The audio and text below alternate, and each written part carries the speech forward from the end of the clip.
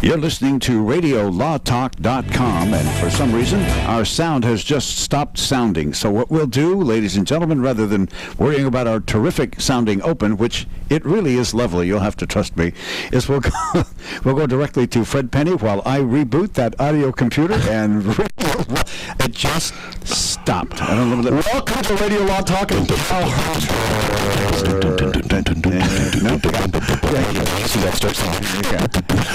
by the way, Todd's so loud in my ears, I think I'm going to have to go get some hearing aids now. I was like, you can borrow mine.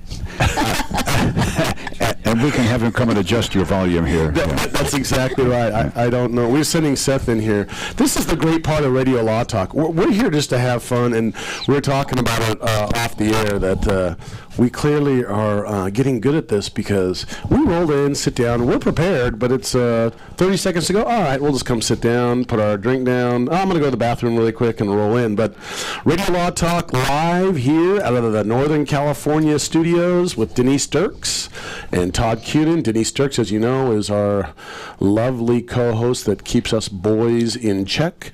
She is a family law lawyer. I am a personal injury lawyer. And Todd, turn me up just a little more, Seth, a little more. And Todd Cunin is a criminal lawyer. Missing Chris Rodriguez today. He had a family emergency. We really miss him. He was going to roll in, and he's our Harvard Prince. And thoughts go out to you, Chris. Yeah, thoughts go out to you in the family and friends. So that just happens. You know, it's a beautiful day. We're going to talk about a lot of things today. There's a lot. We're going to talk about Johnny Depp. Johnny Depp is suing his management company, well, one of the management companies, and his lawyers. Heaven forbid, suing the lawyers for different issues. We're going to talk about the fires up in Northern California and the liability of firefighters. Are firefighters liable for not rescuing people or being negligent in the way they try to save homes or try to save people? That's going to be an issue. Denise, what else are we going to talk about? We're going to talk about some emails, whether or not you can get emails, whether or not Microsoft. In a foreign jurisdiction. That's exactly right. We're going to talk about that. We're going to give you a couple updates. We've got some updates on Bar Passage score, and we've got an update on the J&J Talc powder. Which is Johnson & Johnson, yeah. And then best of all, on our first hour, we're gonna talk about the most important thing: case or no case. I can't wait for the case or no case this time. And I'm not prepared. I mean, I have some cases or no cases that will make you scratch your head whether you have hair on your head or not. That's exactly right. Just so you know, Cal rolled in this morning. He was rubbing his eyes, and he's still in his pajamas too. So. I was gonna say something, but I will tell you why. I'm in a play up in Reading, Cascade Christmas. I play Santa Claus. I have to run right from here to rehearsal, and right after rehearsal is the cast pajama party. So I wore my pajamas. They're not pajamas, but you know what I mean. They're like old man minor underwear, but they're dyed black. So okay, there you go. So those of you who don't know, that's our illustrious producer behind the glass, Cal Hunter and Seth Madden. Thank you for being our call screener and taking care of everything else. Cal, give us a shot or an example of what you say in the Santa Claus. You're Santa Claus? You're actually Santa Claus? See, Merry! I just do a Santa Claus voice. And now, when he said that, I noticed that he was holding the script up. You really need to get off book. That's what you just told me. Get off book and come to the pajama party. Don't borrow a book. Between you and I, the pajama party was something else, but Cal's not really saying what it was for. Yeah. Don't forget he's up there where the marijuana dispensaries are. So my wife dressed me this morning, okay? Yeah. We're installing a new floor in our bedroom. She said, if you'll help me, I'll lay out your clothes. She put this, I'm going to blame her. Just a tip, Cal. When you walk around with those pajamas, that trap door in the back is supposed to be buttoned up. Okay, yeah. If it feels a little breezy, then you're doing it wrong. It does explain why I had trouble getting out of my car this morning. Yes. Something kept catching on the floor. What is going on here? Welcome to Radio Law Talk, where we talk a little about the law at the very beginning. But, Cal, let's talk about our case or no case. By the way, if you want to call us at 855-LAW-RADIO. Remember, you have to throw in the disclaimer that we're talking about general topics of law. If you have any specific legal legal needs, make sure you call your local counsel or attorney and get some help, because a lot of it is fact-based. I mean, let's face it, you can talk general law, but man, it's all fact-based, and there's so many little tweaks in the law. We couldn't cover all of it even if we had to. So make sure you do that, and let's talk about case or no case, just for those of you who don't know. Hey, case or no case? This is Cal. Tell them kind of that we don't cheat on this. What's really going on? We're not cheaters. No, this is something where I go gather a bunch of weird, wacky law cases, or in some cases, frankly, I make them up. This case happens to be about underwear and trapdoors. No, I don't. Yes, give us the brief there, Cal. Wait, never mind. Okay. So, we just lost 4 affiliates. I have the brief all buttoned up for you here, ladies and gentlemen. Okay, now here we go. On the fly. Oh, brother. Is there commercial? Can we get a commercial yet? It's coming. So what happens is I go out and find cases, or I make them up. I present them to the distinguished panel of lawyers, attorneys, and then I ask them, A, is it a case, and B, would you take it, and C, what do you predict the verdict? Sometimes I have a verdict, sometimes we don't. And so now for case or no case, we'll get right to it, the crowd chanting for it. I take you now to the company of Procter & Gamble.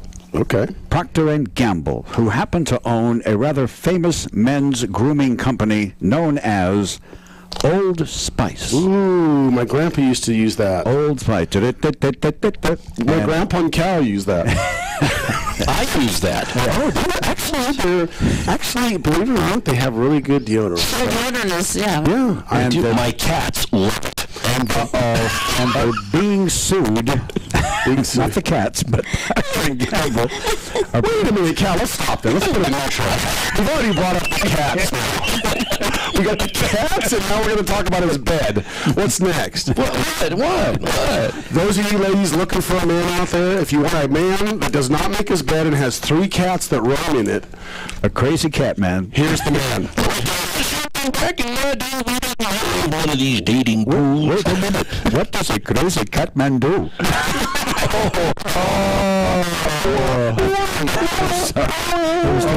Oh my gosh. So, allegedly, Okay, Procter & Gamble Old Spice. the very product that Fred mentioned, Old Spice deodorant, is apparently leaving some people with less than desirable results.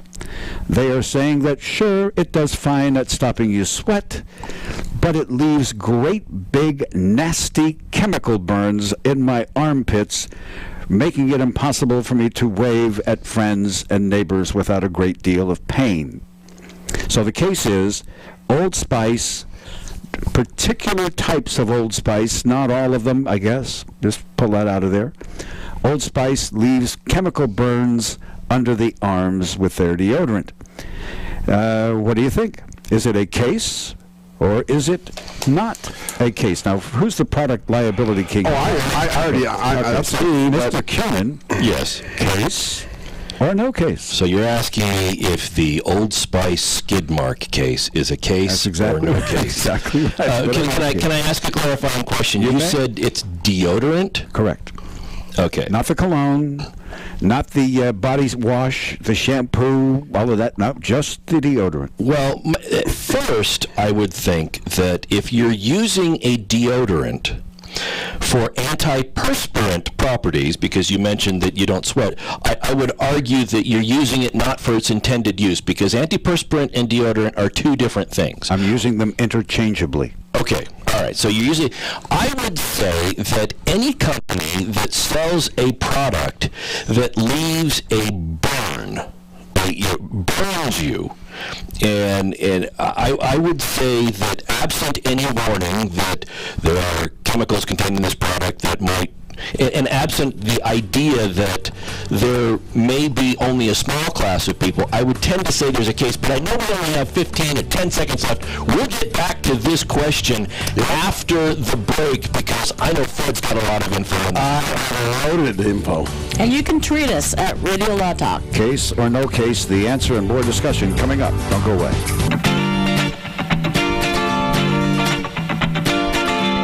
Radio Law Talk continues right now. Here's Fred. All right, we're back talking about the case or no case. Todd, they're on you. Talking about the Old Spice being sued for Excessive pit stop issues, shall we say? Yes. I'm going to say problems under the arm. Skid burns in the pits. Yes. And so I would say that products that are made, the public has a right to use a commonly used product without the fear of being burned by that. And so I would say that this just reeks of lawsuit, and I would say that this is a case. All right, Mr. Cunin says case, so we'll give him some applause for case. Right. Denise, what are your thoughts? I get applause and the Doobie Brothers? Right, Yes. it all makes sense. You get Long Train Running. Half the young people are going, what's that now? Okay, let's just go to the applause then. Yes. Case or no case? Well, my husband uses the product and doesn't have any problem with it. But if in fact the product chemicals are causing burns in some certain people, then I would say there is a case. It's a product liability case. Is it big enough to become, one of those fancy, every lawyer's dream where the plaintiffs get 5 cents each and the lawyer makes all the money? You'd almost have to have a class action to make it profitable. Okay, Mr. Penny, the king of tort. Yeah. Is it case or no case? Wait for Denise, sorry. She said yes. So we'll put that in there. Okay, go ahead. So here's the interesting thing. I could talk 1 hour about this, but duty breach, was it the proximate cause, and what are the damages? Let's talk about that. Those are very interesting things. The first question is, did they have a duty? They are putting a product out on out in the marketplace. Absolutely, they have a duty. To what extreme is there a duty? To how far does that duty take them? The first issue is going to be that I'm asking myself, are there warnings? And you brought it up, Todd. You touched on it. There's no doubt some people are going to have reactions to some things. That's just the way it is. It's the way our human bodies are. Everyone's body's different. I don't care what type of chemical you use or don't use, it's going to react in some people. So the issue is, how many people is this occurring, this problem occurring with? And did they put proper warnings? As we always laugh about, there's warnings on everything. Now they're going to have deodorant. There's going to be 5,000. The deodorant stick's going to be about 2 inches high, and the package will be about 4 feet high, because it's going to have all the warnings you're going to have to list on it. So I'm going to say, assuming that the warnings are proper, I'm going to assume the warnings are proper, and this is not happening in a huge amount of population, but just a small population. I'm going to say that there was a duty. Did they breach that duty? Probably not, if they had the proper warnings. Are these injuries the proximate cause of this chemical? I'm going to say yes. Now the big issue I come down to, damages. The damages are worth nothing, in my opinion, unless it's a class action. So Cal is right on in that it's going to make the lawyers money, because the damages of having a little bit of problems underneath your armpits, and by the way, I've handled cases where there's been lawsuits where they actually against beauticians and beauty colleges when they burn the scalp of people, but they knew about it, and the people say, hey, it's starting to burn, and they keep plowing it on, and next thing you know, they're at the doctor and they've got 1st, 2nd degree burns. So my answer is yes, a case, no, they lose. Interesting. Okay, so I have 3 of you who say case. Yes.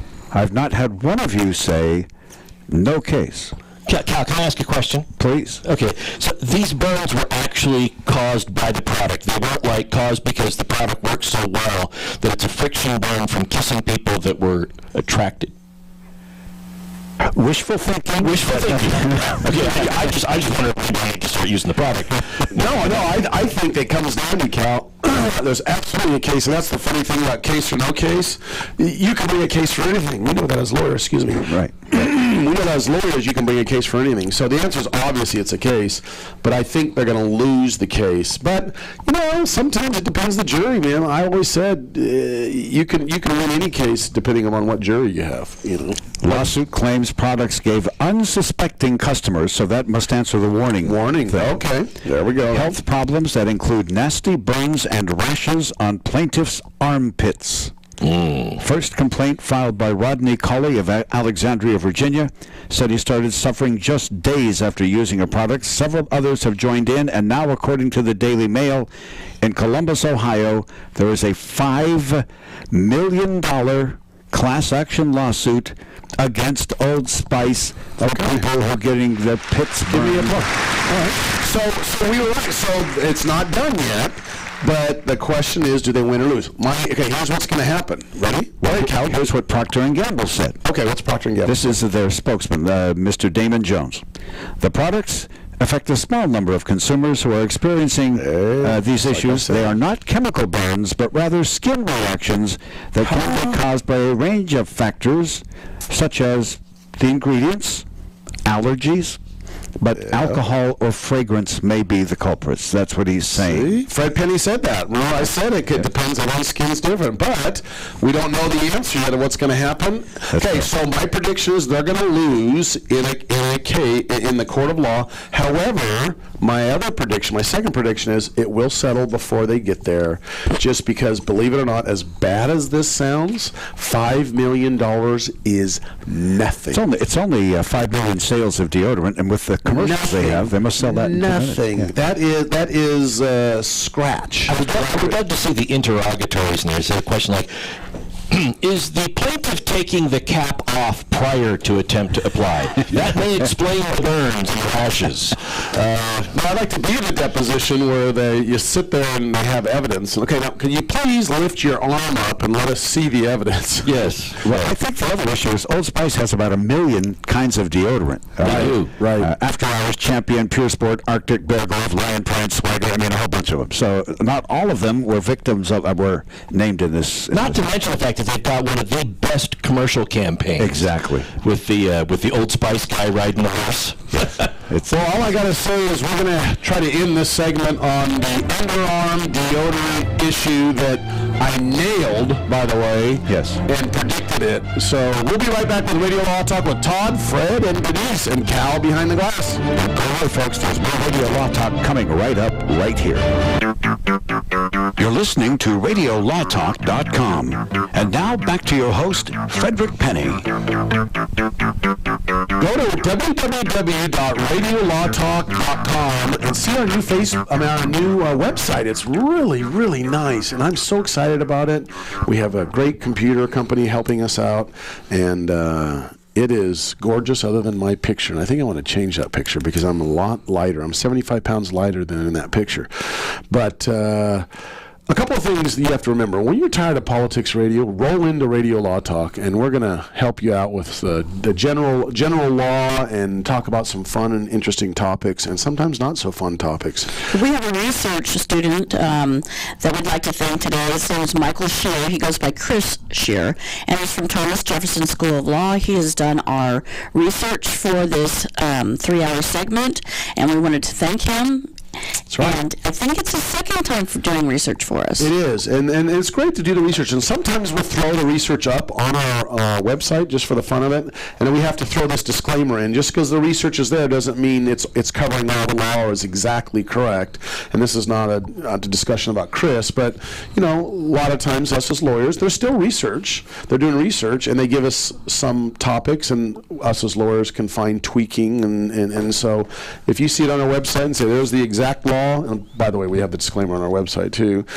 Just note that we don't follow it exactly, and a lot of times we'll deviate from the research. But thanks for the research, and we got excellent news. Cal just informed us, and I knew this was coming down the pike. As of next week, 5 more stations have picked us up in Nevada, and we will discuss next week about our 5 new stations picking us up. But we'd like to thank Crack Radio out of Red Bluff being our head station. They're the mother station that we sit here, and it actually, I was going to say, we roll out of that station, but technically we don't. That's our original station, but now it's so high-tech, it goes through the internet. I mean, it actually goes through the satellite up to SRN satellite, and then they kick it back down. But anyway, we're going to talk a little bit about this, the fires. Now, let's talk about these Northern California fires, and actually the liability of whether or not PG&E is going to be held liable, whether or not a firefighter or the fire department's liable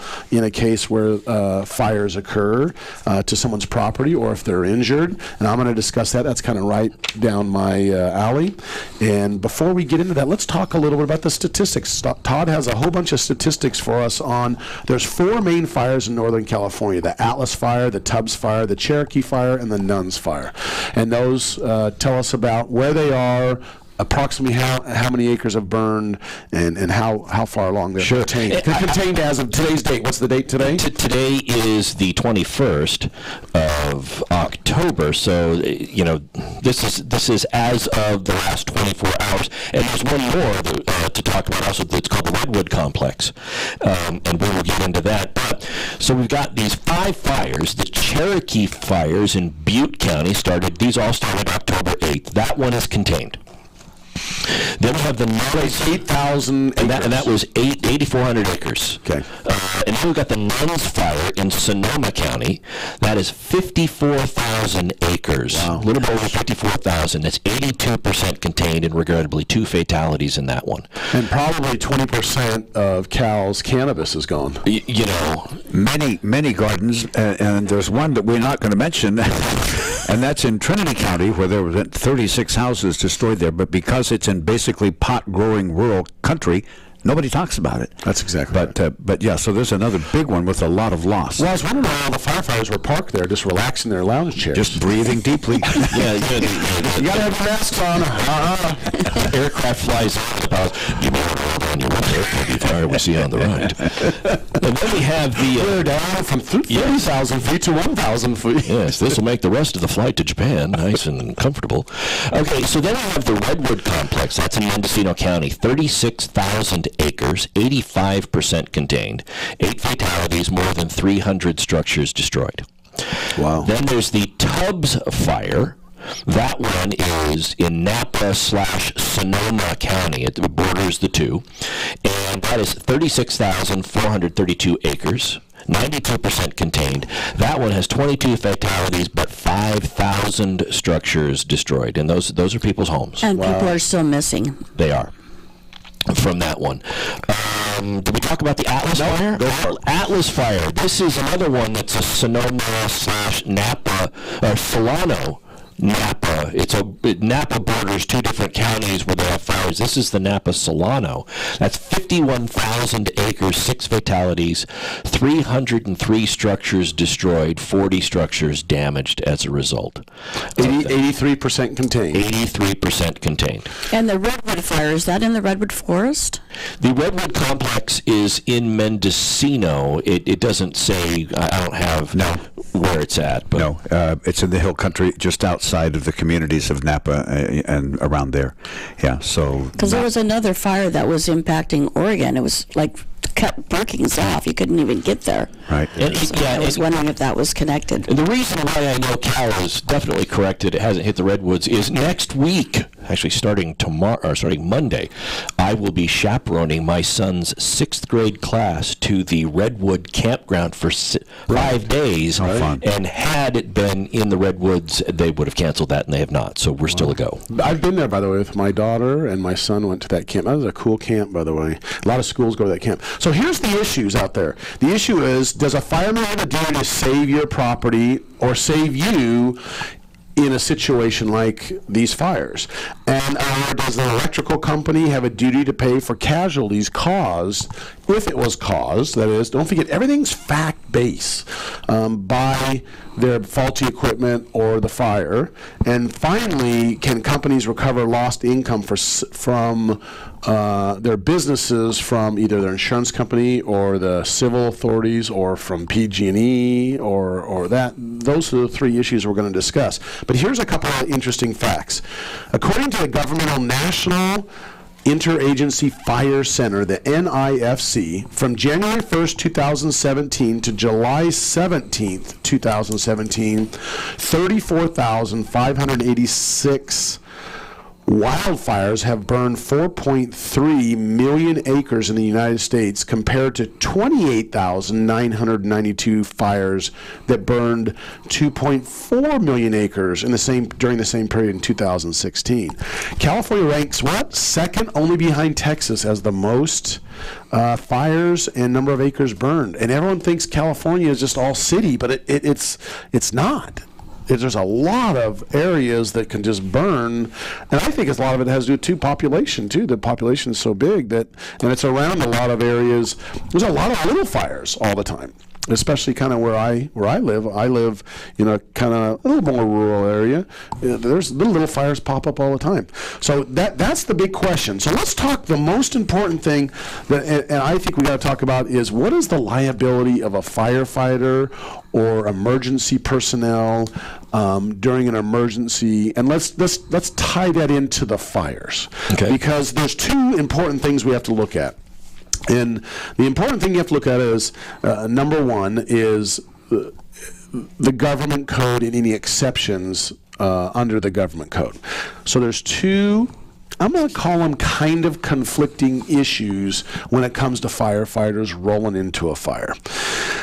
Government Code Section 850.4. Now everybody wake up, because I know this is kind of interesting. States that it grants immunity to the firefighters for the following reason. It says, neither a public entity nor a public employee acting in the scope of his or her employment is liable for any injury resulting from the condition of fire protection or firefighting equipment or facilities, or except as provided in Article 1, which is commencing with Section 1700 of Chapter 1 of Division 9 of the Vehicle Code. So we got to jump to the Vehicle Code now.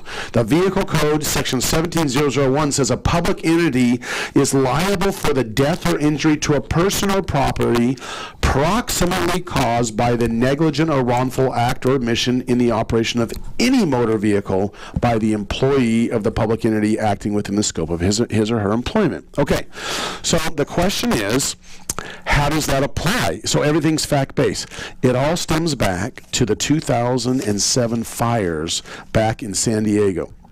In San Diego County, there was a wildfire, and there were people that were hurt, and actually there was one death, in specifically that a case came down, and the name of the individuals in that case were the Vandershocks. And the Vandershock family had a home kind of up in the more rural area of San Diego County, and they came down from their home and found some firefighters, a group of firefighters.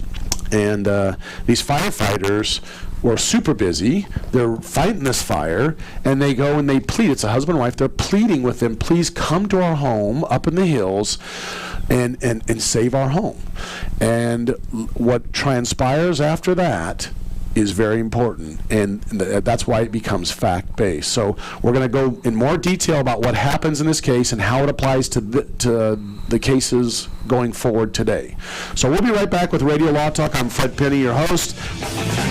We'll talk more about the fires in Northern California. Radio Law Talk. I like that show. Last night about 10:30. This is Radio Law Talk. Now here's Fred. All right, we're talking about the San Diego County wildfires case, the Vandershock case. So what happened is I'm back on talking about their house being affected by this fire. They're worried about it burning down. It's actually Thomas and Richard talk them into it. That's the name of the Vandershocks. I thought I recalled a spouse coming down too, but anyway, they talk them into it. So they head on up to the top of the mountain. Apparently, it's on this mountain or in an area that's kind of narrow and it's difficult to turn around and all that stuff. They get them up there, and the captain heroically tries to fight the fire. However, It's just no way they're going to save this structure. The captain tells them, everybody jump in the truck, let's get out of here. The truck starts to turn around and go down, and the fire, you know how it just blows up. And the wind blows really hard, and all of a sudden the fire and the flames and the smoke just blows right across the little road where the truck is, and it stalls the truck out. Apparently, I don't know how, but it stalled the truck out. And then the fire got more intense, and they're in this fire truck, and the heat and the intensity of the wind, because not to get into details, but I know enough to know that sometimes the fire causes its own wind, and is causing this phenomena that it blows the windows out of the truck. And so the truck is stalled. The firefighters obviously are in all this gear, so a little more protected. So what happens is, I believe it's Thomas that ends up dying from the flames coming across into the engine due to the intense heat and the smoke. And yeah, it's Thomas that died. Richard lives, but they all suffer burns. And I don't know what Thomas had on or didn't have on. They might have had a suit on him. I don't know, but he passes away. So they sue. The lawyers sue for negligence, saying the fire captain in his decisions, number one, drove the fire engine to the Vandershoek's property with Thomas and Richard aboard without first verifying there was an adequate escape route.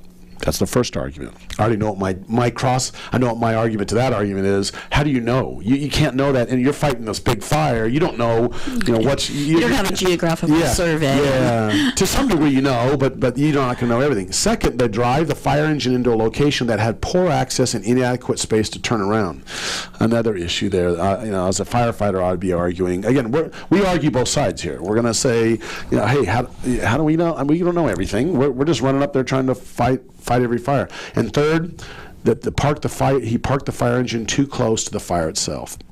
So CAL FIRE moved for what's called motion for summary judgment, which that is once a case, all the facts come in, you take the depositions, you do all the discovery. Before it even gets to a jury, you can ask the judge, look, just all the evidence alone you got to throw it out even before it gets to a jury. That's what a motion for summary judgment is. And their grounds are, of course, Government Code Section 850.4, they're immune. And the plaintiffs argue on the other side, well, yes, but there's that one exception. Vehicle Code Section 17001, they're liable for the death or injury to a person or property proximately caused by the wrongful or negligent operation of a motor vehicle that's a county or government motor vehicle. So they're kind of conflicting. Right. You see how that rolls in, and so right. With the vehicle code is an exception in the government code. That's exactly right, and so what it comes down to is, well, it points to it. So, and I kind of know what this was. I knew where this was coming, and I've known about this law, and I've known about this area of law, and it's interesting. The judge says, I'm not going to adopt the literal interpretation of Vehicle Code Section 17001 due to the fact that, yes, it happened in an engine, but it happened while fighting a fire. And the immunity statute governs when they're actually fighting a fire. And so that's what's interesting. It comes down and says, basically, when a firefighter operates a motor vehicle at the scene, this is basically what the judge came down, as part of efforts to rescue a person or property from a fire, or otherwise combat the fire, the immunity section under 850.4 exists because it resulted from them actually fighting the fire. And the thing I like about that decision, and this is something that lawyers get accused of all the time, it's like when common sense goes out the window and good judgment is not used and people focus too much on the law. And lawyers get accused of that all the time. And here you see a decision that tends to root itself in common sense, because let's look at the alternative. The fire captain drives the truck up there. The house is on fire. And before making any attempt to put the fire out, while he's got the owners of the home sitting there, the fire captain says, well, I can't find a place to adequately turn around, so I'm not even going to try to put this fire out. How well would that have gone? Yeah, that's exactly right. And the fact of the matter is, when you look at this, it's so easy to armchair quarterback what happens, the Monday morning quarterback, to look back and say what they could have, would have, or should have done, and it ignores the reality of the situation that I got a house on fire. Time is of the essence. I have to make snap decisions right away, and it's very easy to remove yourself from the anxiety and adrenaline and all that of the situation. It seems like this decision took that all into consideration. Now, go ahead. I think that the vehicle code exception is for when they're driving their vehicle and not actively fighting a fire. So they didn't. The laws were meant to protect the firefighters when they're actually fighting a fire versus if they're negligent and they strike somebody or drunk driving, speeding. Right. Yes. That's interesting, Denise. You nailed. That's what the judge said. Basically, the judge said if you're going to the scene of the fire, that's a different story. Doesn't mean 1007 may apply. Again, you got to look at the facts. But if you're at the scene, no. The Government Code Section 850 is the one that applies. And we call it ETSEC, means that there's other parts of it that cover it. Now, here's the interesting part about this. What's important about these firefighters doing this is, and I was a little bit shocked, I don't know why they brought those two up with them to the scene. Yeah. I have never heard of that.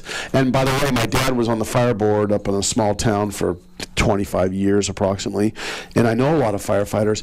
I've never heard them say, yeah, hop in, let's drive up into the fire that it's blazing up here, and come on up and show me what's going on. But maybe the house was so remotely located that they were afraid they wouldn't be able to find it. But as the lawyer for the fire department, I'm saying, don't you put anybody in your fire truck and take them anywhere unless it's an emergency and there's no other way, but you got to throw them in. You're not going to say, hey, I'm going to pull in and, oh, sorry, I can't put you in the fire truck, walk on down. But don't take them up there and put them in harm's way, because what the firefighters do is dangerous. And don't put common people in your truck and take them up there. And again, I don't know all the details, and maybe they didn't know how to get there. They were showing them, but I still think that the judge was correct in applying Government Code Section 850. Yeah. But again, as a plaintiff's lawyer, I would have been arguing 1007 also. Cal. The best chance to keep them safe was probably the thinking behind this. Fire burns uphill, as you know, gets up into the wind, swirls, nasty stuff. I think when you're in hell, there aren't that many safe escape routes. And so they said, well, we're the professionals. We're going to do what we think is safest for us, so let's take these civilians along. It's the best chance to keep them safe we have. That's my I read the case, too, and that's my No, but the issue there, Cal, I think, they were in a safe spot. They came down and found the firefighters. They weren't in the danger spot. They were down in a landing zone where everybody was just hanging out.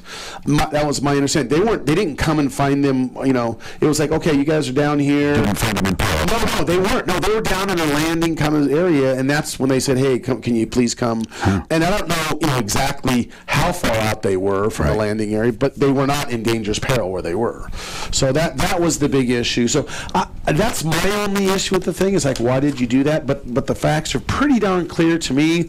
This is clearly what we call an exigent circumstance. It's an emergency situation, and if the firefighters and the police officers are constantly worried about doing their job and being sued, it's going to put some real dampers on what they can do. So they held that the firefighters were not liable, and the case was thrown out on a motion for summary judgment. And again, we are not political here, but hooray for I love firefighters, and I believe they do a great job. But as a plaintiff's lawyer, I would seek and fight for Thomas 100%. Well, I can tell you, one thing that I'm going to like about this is the fact that when I'm watching a movie in the future and I see somebody do something, a firefighter would never throw somebody in the car and go to the fire. Now I can say, well, actually they would.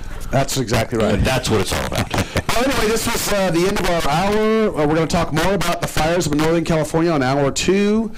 We appreciate you joining us here at Radio Law Talk. We'll be back with Denise, Todd, and Fred.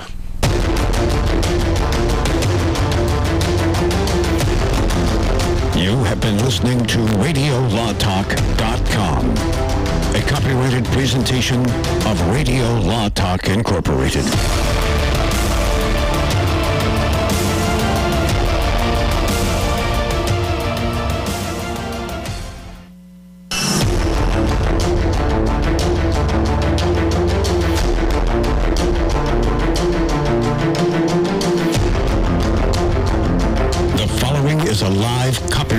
presentation. Ladies and gentlemen, it's time now for RadioLawTalk.com with your host, Frederick Penny, attorney at law. And now, RadioLawTalk.com. Welcome to Hour 2 of RadioLawTalk.com. I'm Frederick Penny, your host, with Denise Dirks and Todd Kuhn, and Chris Rodriguez is out. Our friend and fellow colleague, Mr. Prince of Harvard. And Cal has changed to a suit from his Santa Claus pajamas, and he's much better. Thank you. So, the hour before, we've been talking about the Northern California fires. We're going to follow up with that in hour 2. But before we do that, let's remember a couple important things. First of all, we're talking the general law, any specific laws that you want to discuss. You need to talk to local counsel. If you have any issues, talk to local counsel. But you can call us here, and we can talk generally about any type of case. And you can call, Denise, how do you get in touch with us? You call us at 855-529-7234. That's 855-LAW-RADIO. That's exactly right. Or you can tweet us at Radio Law Talk. That's exactly right. Go look at our new website. It's exciting, www.radiolawtalk.com. You can email us at info@radiolawtalk.com, and you can watch us on YouTube, too. We have a YouTube, and you can even follow us on YouTube and be subscribed to our channel. Right. Thanks to those sponsors of the show. Go play at Golfland Sunsplash. They have miniature golf courses, water parks. Obviously, the miniature golf courses are in play today. They've got them down in Orange County. They have them in the Bay Area, in Mesa, Arizona, and Placer County up north, and probably expanding more places. They actually have one in Fairfield. So go to Golfland Sunsplash. That's a great place to take your family. But thank you also, Crack Radio up in Red Bluff. They are our mother station. And the exciting news, and will be announced next week, the details, we will have 5 new stations out of Nevada rolling in and joining our team. Thank you, SRN Radio Satellite, for beaming us all over the country. Remember, we talk about the general area of the law, and we don't give any specific legal advice, but we can take your calls and help you to the extent that we can. So call us.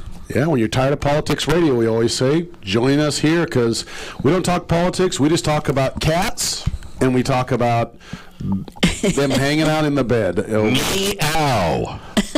Meow. Yes, yes. For those of you that don't know, that was a not veiled shot at me. I'm a cat guy. Me ouch, you mean? Me ouch.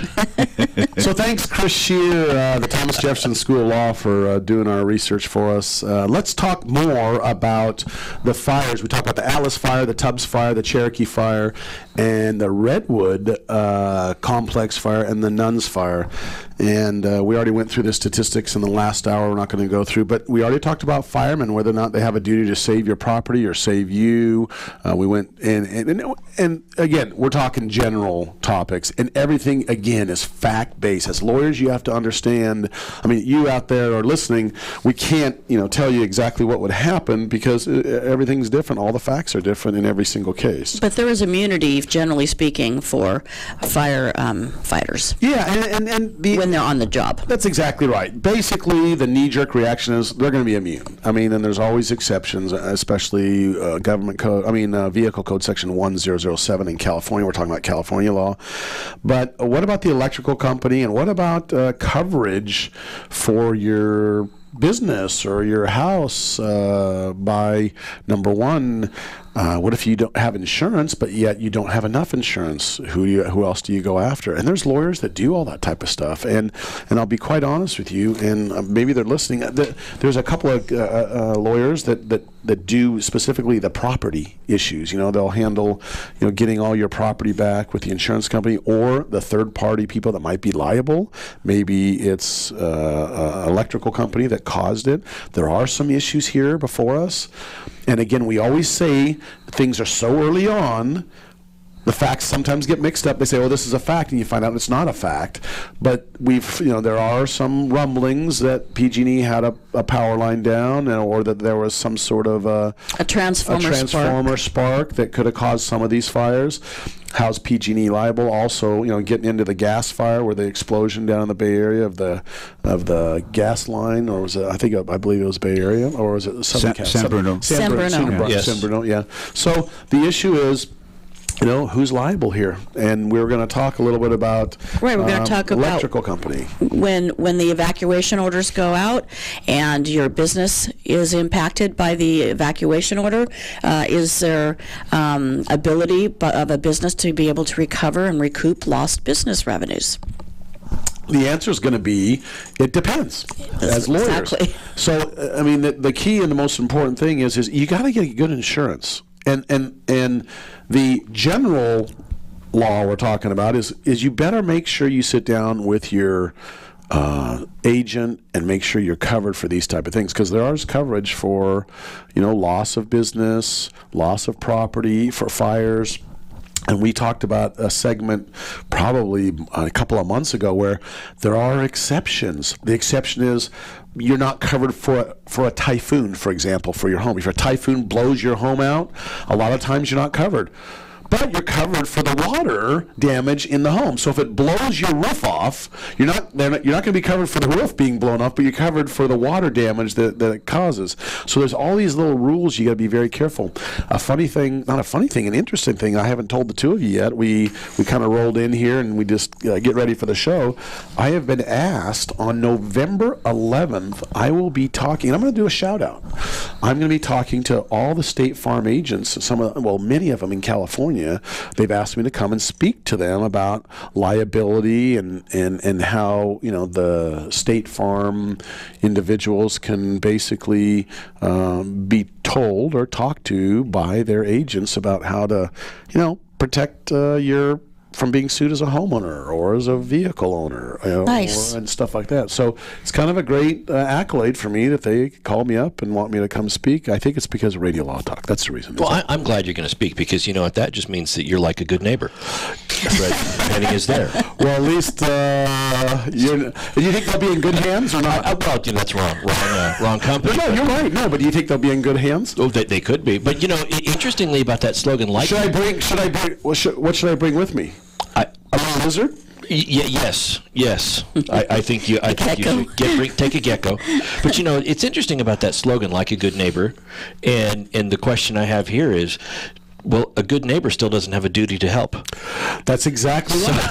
That's exactly right. I guess that's like a good neighbor. A good neighbor would help. If it was just like a neighbor, then you don't know.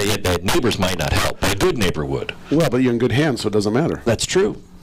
Well, they've seen a lot, so they know a lot. But the point I wanted to make was, every insurance company seems like a good insurance company when you're buying their product. You don't find out how good or bad they are until you have to file a claim. Isn't that true? Well, here's the thing, Cal, that people, and again, this is my wheelhouse. So just so you know, Penny & Associates, we're 7 offices in California, and believe it or not, we have another larger firm that I'm part of that's a national firm, and so we do some defense. We do defend some water parks in insurance defense cases, and yet we do the plaintiff side too, but we're mainly plaintiffs. You have to understand, Cal, that it's a good agent is what's important. And I'm not going to sit there and tout one person or the other, but I'm old-fashioned. You go online and buy it online cheap. You don't know what you're getting. If you get a good agent, that agent, it's worth it for them. And I've got a good agent, and I'm not going to plug him because he's not that good of a friend. And he's not paying you. Yeah, he's not paying me. That's right. So the weight loss people asked me to plug him, and I said, how much are you going to pay me? And they said, no, we're not going to pay you. Well, I'm not going to tell you how I lost my 75 pounds. So anyway, but we got 15 seconds to go. But what the best thing to do is to make sure you have a good agent and get that agent to review your policies and look at those things so you're covered in a fire like this. So we'll be right back with Radio Law Talk. Todd, Denise, and I are going to talk just a little bit more about the fires up in Northern California. Radio Law Talk. I like that show. RadioLawTalk.com.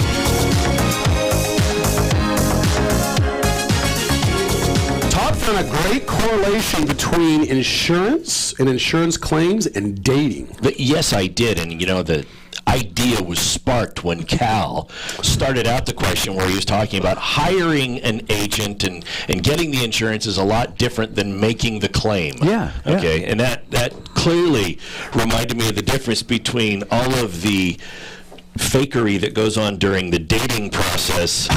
And Here we go. And then what marriage is like. Or that you go online. And then Fred talked about you never know what you're going to get when you go online. It's true, and it's much better to have an agent, Right. That you just know. Todd, Radio Law Talk is those of you. I'm your agent, by the way. Those of you, Radio Law Talk is You're a good neighbor. you notice a lot. Are you in good hands though? That's the question. Again, back to the online thing. Here we go. Sometimes online might be better. Who knows? But all I got to say is we're going to wait till those millionaire matchmakers. Yes. Since Radio Law Talk is taking off and you're becoming more famous, because Todd did tell us, by the way, that after Radio Law Talk or during the segments, his websites and all his stuff starts gaining momentum, and his Twitter. Do you have a Twitter? Do you have a personal Twitter account? I do. Why don't you say it so all the beautiful ladies out Well, there. it doesn't. There's too much personal stuff on my Twitter account, but my Facebook page for my law firm, for my law office, does get an increased number of hits. And now we will call for reasons. Checking out your photos. I don't know. For quote advertising reasons, this is an official advertisement. Uh-oh. So that way we've covered ourselves. Yes, we have, and I have no pictures of cats on my law office Facebook page. You'd better or change website. that. Yes, Yeah, a lot of women like cats, man. I'm telling you, they like cats. I know they do. I know. I like cats. They don't like the messy bed with the cats all in it, though. Well, look, if you saw the pictures, clearly it was stuff that happened when I wasn't there. I walked back in and saw the cats were on my bed. They tore the bed up is what they did? Are you trying to tell me, Denise, hold on. He's saying that he made his bed, and it was in perfectly, I bet you could bounce a quarter off it, and the cats went in there and ruffled it and tore it all That's not up. what I said. What happened was I woke up and I went in and took a shower. And then when I got out, the cats, and obviously I didn't wake up, make my bed, and don't go get ready. I got up and went. And when I came back, the cats had staked their claim on my bed as to who got to sit where, and I thought it was funny. And then the other one that I posted was at like 1 o'clock in the morning where I had gone to sleep, and I went to sleep and closed my door. And I woke up, and one of my cats had opened the door. I have one that will do it. What? I have my doors have these French handles like we have here, and I've got my one cat. When he stretches out, he's almost 3.5 feet long. Wow. And he weighs 23 pounds, and he can reach up and open the door. And so he reached up, opened the door, and the cats came in, and that's what woke me up in the middle of the night was 3 cats sitting on my bed. Wow, bizarre. And when we have time on another episode, I can tell you why I have 3 cats. But that's for another topic. You have a 3-foot tall, 20-pound cat. Is it a lynx? I mean, that's a big it's a Maine Coon. Oh, yeah. And it's pushing 23, 24 pounds right now. Wow. And he is, I mean, I've had him ever since he was, a couple months old, and he could fit in the palm of my hand, but that cat has gotten me through a lot of stuff. It's your service cat, right? Radio Law Talk is what we were talking before. I wouldn't call him a service cat, but This is Radio Law Talk therapy. Yes. For those of you who An need emotional therapy. support cat. yes, an emotional support cat. That's what he is. So if you have legal issues, call in, or if you have any therapy issues, you could talk to Todd. Or if you want to set Todd up on a date, call in. Or Todd's cat will talk to you, perhaps. I'm sure that those cats can say a lot. It could a lot to say. I'm just happy that cats can't talk, because I'll tell you, if they ever pioneer technology where they can actually communicate with cats, my cats are going to be taking a long trip. Or either that, or you're going to pay them a lot of money. Yes. Oh, you want canned tuna for every meal now? I can do that. No problem. Cat's next to the cat's got a cell phone taking pictures of you. Let's talk about the electrical companies, whether or not they have a duty to pay for any issues. Now, don't forget, it comes down to duty, breach, causation, foreseeability, proximate cause. You know, I live in a place where we have, it's a little more rural, and you notice, though, acorn woodpeckers. You ever seen those things flying? They're beautiful. They got the red head, and then they're black. And all you hear, and you look out there, and they're on the telephone poles and the electrical poles putting in these acorns. And I'm telling you, they cause a lot of damage. And they've actually, PG&E's come out and actually taken some of those down and put new ones in because they're so ravaged with these woodpeckers. But so the question becomes, okay, that's an example of did they know or should have known. And so if they know these woodpeckers are pecking in it, you know, this is all fact-based. And then all of a sudden it comes down because the woodpeckers, you know, have got so many holes in it, the thing's weak and it falls down and it starts a fire, then guess what? Then there's some proximate cause, and there's some issues there to go after PG&E or any other company. So the question is, do they have a duty? Do they have breach? Do they have a causation? And then was it foreseeable? That's the key thing. It's foreseeable. And did they know or should have known? So it's all fact-based. For me to answer the question, Fred, is PG&E liable? It depends. And so we're going to have to look into all those details while they're sitting there texting funny pictures of Todd. Give me that picture right now. They're texting funny pictures of Todd. Picture with his cat. That's all. This is the recent addition to the Twitter. Go to Radio Law Talk Twitter at Radio Law Talk. You've got to see the picture of Todd. Is this a picture of you? No, it's not. Oh, It's close enough. It looks like a picture of Todd and his cat. and His senior picture. Get on it. You got to get on it. This is now where Radio Law Talk is up. At ATK Legal and Oh, brother. Okay. That's quality goods right there. I can't get through this segment and talk seriously about All I gotta say is, Seth, Oh, I know where you live. Seth's gonna have all these cats. You know, like what's that old movie, Cal, that's got the birds that attack and they're called the birds. They're gonna have all these cats outside of Seth's house one day. All right, Todd. The best part about it, we have 15 seconds left. We're done with the Northern California fires. We're gonna talk a little bit more about what next hour. We're gonna talk about emails. about Microsoft emails. And case or no case. Yep. We'll be right back with Fred, Todd, and Denise right after these messages. Can we stop now? Oh, no. There's much more Radio Law Talk coming up right here, right now. All right, we're rolling back into Radio Law Talk. We have a new guest that's named Grant Bear. He's actually sitting in there with Seth, helping him with the phones. And Seth's going to go do some other duties, and then Grant Bear is going to help us out. Thanks for rolling in, Grant. But more importantly, it's time for... Ready, Cal? Now it's time to play Case or No Case. Cal, make sure you tell them that we don't cheat. Our disclaimer is that none of the participants in today's game have been made aware of the contents of our case or no case, or whether it is even an actual case at all. Good. And so now, ladies and gentlemen, I take you to Arkansas. Let's go to Arkansas, shall we? All right, something's happening in Arkansas. Yeah, where a man Razorback has a dog next door that he despises. He just hates the beagle to death. Even it's a beagle. Who could hate a beagle? Yeah. I don't know. Even the beagle is chained up in the neighbor's backyard appropriately and according to city code and Arkansas state law. But the dog irritates the man so much that he pesters it with a BB gun. Pop, pop, pop, pop, pop. Shoots at the beagle with a BB gun. Climbing over the fence to do so. Gets within range of the beagle, while so pestering the aforementioned animal, that he is bitten and chewed upon by the little dog. Then he files a case, again, allegedly, he files a case for $15,000 in medical bills. So, since this is Fred's bailiwick, I thought it would be fun to start off asking you, Mr. Penny, case or no case? Okay, that's easy. That's easy because it depends upon your jurisdiction. I don't live in Arkansas and I don't practice in Arkansas, so I don't know their jurisdiction. But I'm going to talk to you about California, what would happen. And believe it or not, if the guy is a trespasser, you can still be held liable in California if you're a trespasser, if it's foreseeable that the trespasser is going to come in and be injured.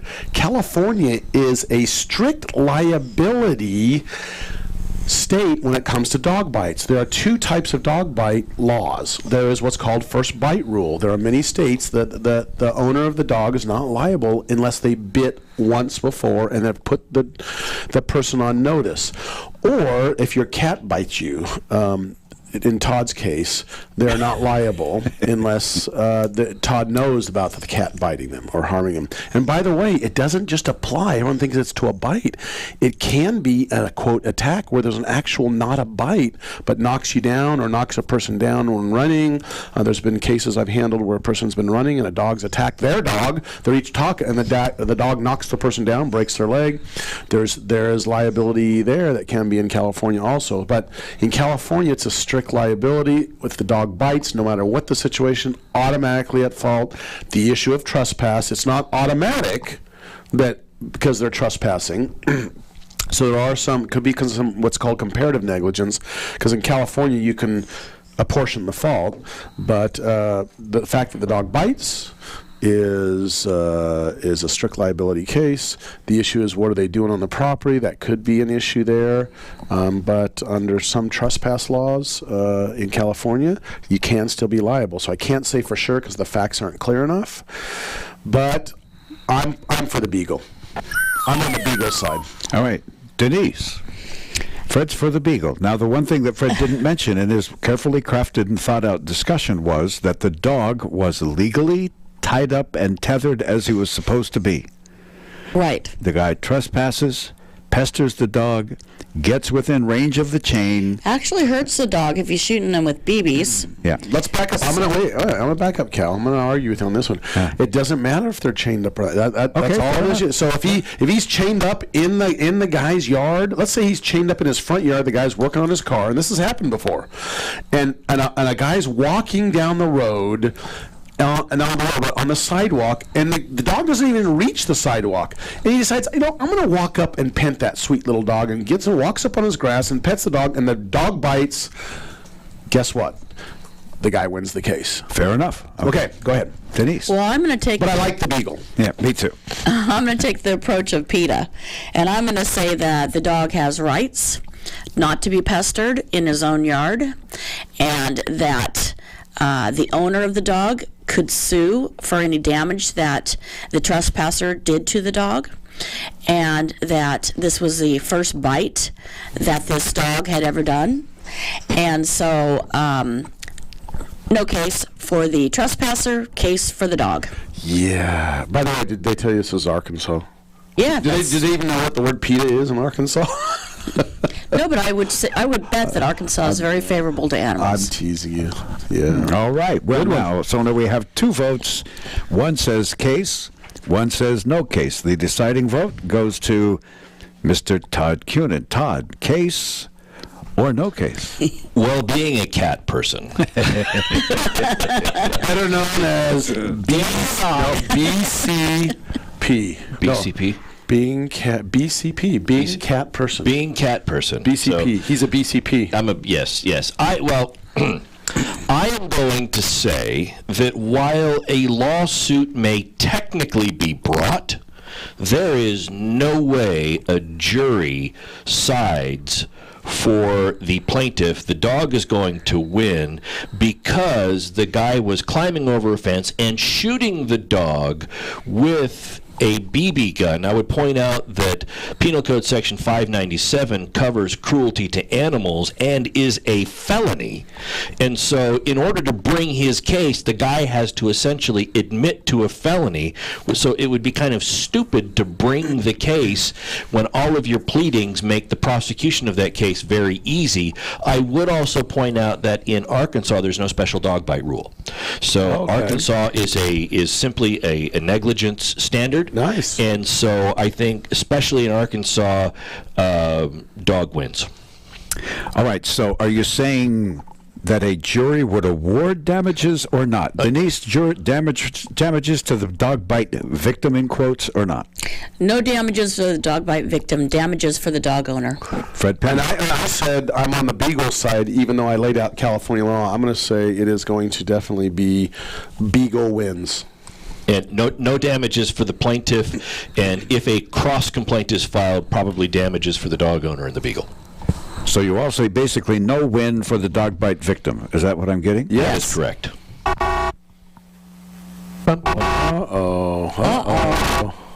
You're going to play taps again? I should, because for all of you, it is.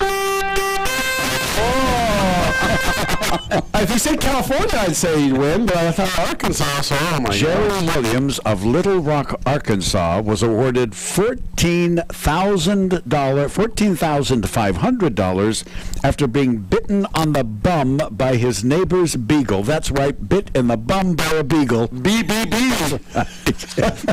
Even though the beagle was on a chain and in its owner's fenced yard. Now, he didn't get as much as he asked for because the jury believed the beagle might have been provoked at the time of the butt bite because Williams had climbed over the fence into the yard and repeatedly shot him with a BB gun. And there you have it, ladies and gentlemen. I'm wondering if that's a jury or if that's a judge, because I don't know how a jury would ever there's the law and the facts, right? We know that as lawyers, but then there's juries just sometimes, I don't freaking care. I'm not giving that guy a nickel because the beagle is a nice dog. He shot a gun at a dog. Now, if it was a hunting dog, I think a jury wouldn't have given him anything in Arkansas. Right. Right. Wow, the beagle loses. So somebody was shooting Snoopy because Snoopy was a beagle. Exactly. And Snoopy loses. Right. Wow. So therefore, we're going to get the bugle and play Reveille for the beagle. All right, that's it. So here's the moral of that story. Go be a lawyer, I guess. Be a lawyer in Arkansas. You can sue for anything, and you're going to make some money. So that's case or no case. Even throws the personal injury lawyer Fred Penny for a loop, and I was a little bit thrown by that one. That was interesting. Thanks, Cal. Thanks, Cal. You're welcome. Well, the next thing we're going to talk about some interesting things about Microsoft emails. The question begs itself, or is the issue is. And this is kind of an issue of right of privacy, Fourth Amendment issues. We're going to talk about whether or not the government can get emails from Microsoft, first of all, in the United States, from someone, if they feel there's a criminal activity of someone, if they can go make Microsoft give them these emails, or what happens if the emails are somewhere else, in like Ireland, because apparently Microsoft has a big base out of Ireland also. And so that's what this whole case is about. So, what it is that Microsoft stores its emails in a facility in Dublin. And go ahead, keep on. Okay, and so then the question is, can a subpoena that's issued or a warrant that's issued capture the emails that are stored in that foreign jurisdiction? And we'll talk about that after the break. We'll be right back. So you're telling me there's a chance? All around the world. This is RadioLawTalk.com. Hey, is the government going to be able to go get your emails from Microsoft if you are being convicted or prosecuted for a crime if those emails are based in another country? Because Microsoft has other countries where a lot of these emails are based out of, in this case, Ireland. So can they go grab it, Denise, out of another country? That's the question. We're going to find out because the Supreme Court, the U.S. Supreme Court, has agreed to hear the case that involved whether federal prosecutors can obtain Microsoft users' emails that are stored on overseas computer servers. And it's kind of interesting, the background of the case is a criminal case. Isn't that right, Todd? It is. So what happened... Hold on, Cal, you got something you want to say? You got mail. There you go. Yes. You got mail. So if they were trying to find out Tom Hanks and Meg Ryan, then they could. But so anyway, what happened in this case was, this is back in 2013, the government was prosecuting a case that involved drug trafficking. And as part of their case, they wanted to secure some, or get some emails that were using an email account that was on a service provided by Microsoft, whether it was at MSN.com or whatever Microsoft's servers were. Hotmail, who knows? Yeah, whatever they were.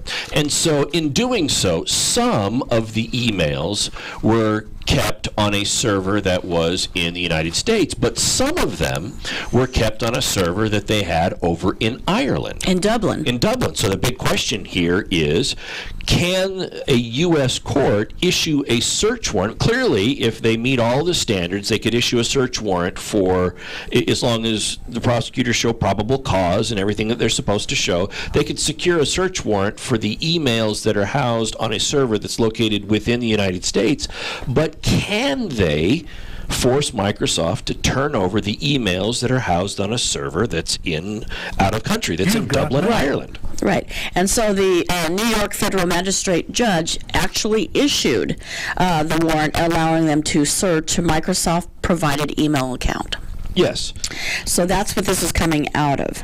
And there is a Stored Communications Act of 1986 that applies. And basically that Stored Communication Act says if there is an offense underneath this act, and it talks about punishments and all of that, but there's an exception to being able to get to those stored communications. And the exceptions do not apply with respect to certain conduct or certain people or certain users. And so that's really the essence of this case. And one of the problems with that act is, I mean, that was the Stored Communications Act of 1986. Yeah, it's 18 U.S.C. Section 2701. And the issue here is, in 1986, when Congress passed that law, passed that act, we didn't have emails and servers that could be, we didn't have the technology generally used to store your email server in Ireland, India, Europe, wherever. Okay, so we have a code section that did not take into consideration the technology that we're now dealing with. And that's one of the things that it was, the search warrant was granted by the judge, it was overturned by the Second Circuit, and now the Supreme Court has agreed to hear it, even though there's not really a split of decisions at the lower court, in the appeals court. They've agreed to hear it because it's going to help fill in some of the gaps that the 1986 law does not now cover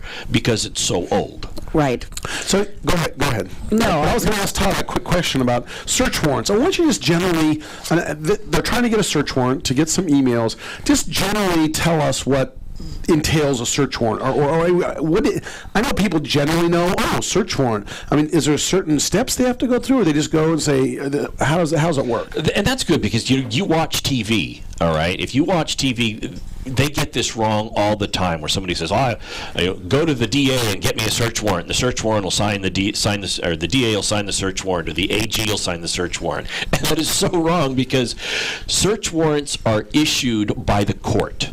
Okay, the DA or the Attorney General, if it's a federal, will go to the court, usually with an affidavit from the arresting officer, the affiant, and what the affiant, the person fills out and establishes the probable cause. Everything that has happened in that case that they believe gives probable cause that a crime has occurred, is about to occur, and that the thing that they are seeking is an instrumentality of that crime.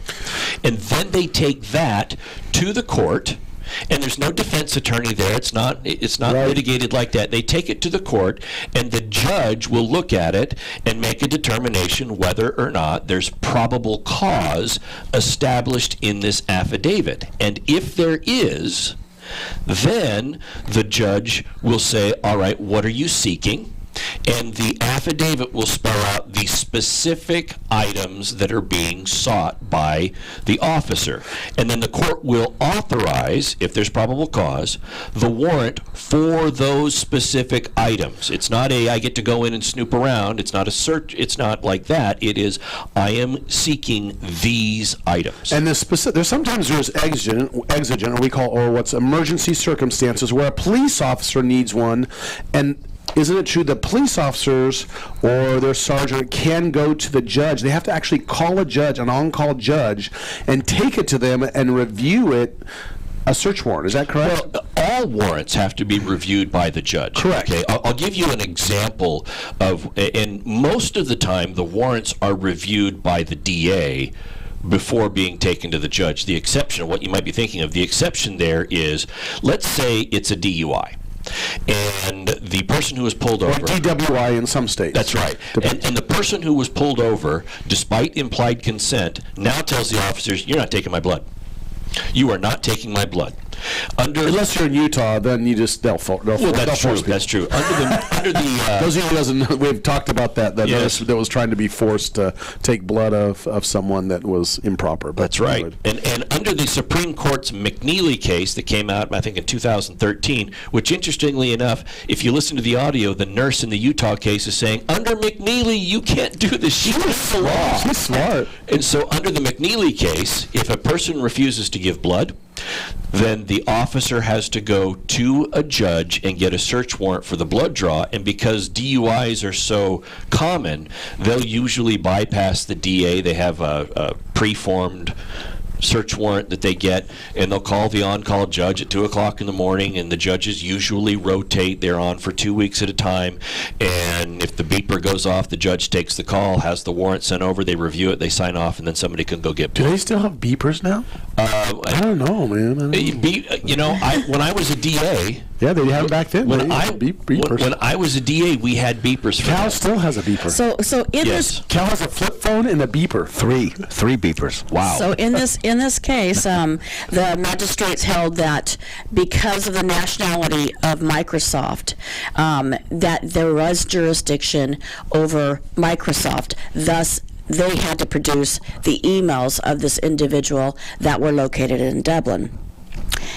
Then it was appealed, and the appellate court said, it was not the court, it was just a three-part panel, right? Yes. Hey, why don't you explain what a three-panel, why it's a three, it's not the full court, because it takes longer for the court to assemble.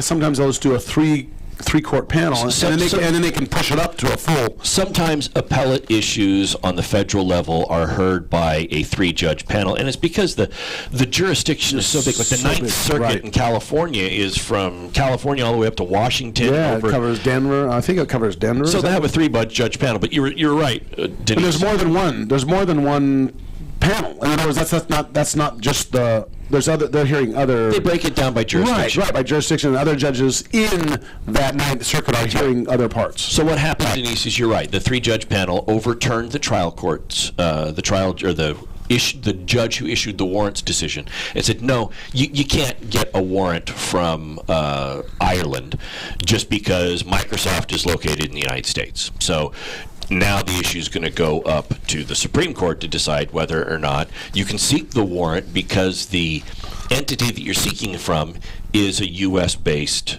entity. And it makes sense. I mean, if you could, we've already got IRS laws that prohibit people from parking their money off seas. Can you imagine how difficult it would be with prosecution if people could now park their information off seas and have it be hidden from a warrant? And not discoverable, even in civil matters, too. Exactly. This concept is one that could translate to civil. Hey, we need to thank Michael Christier from Thomas Jefferson School of Law for doing the research for this today. And so what do they find out? So it's up at the Supreme Court. The Supreme Court right now. They just filed. All right. Well, we'll be back with our third hour. Join us for hour number 3. This is Radio Law Talk with Todd, Fred.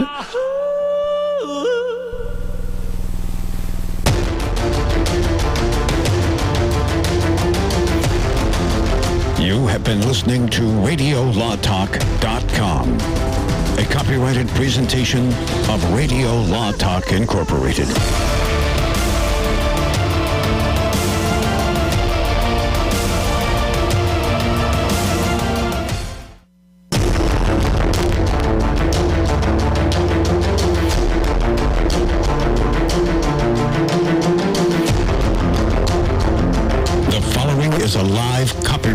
presentation. Ladies and gentlemen, it's time now for RadioLawTalk.com with your host, Frederick Penny, attorney at law. And now, RadioLawTalk.com.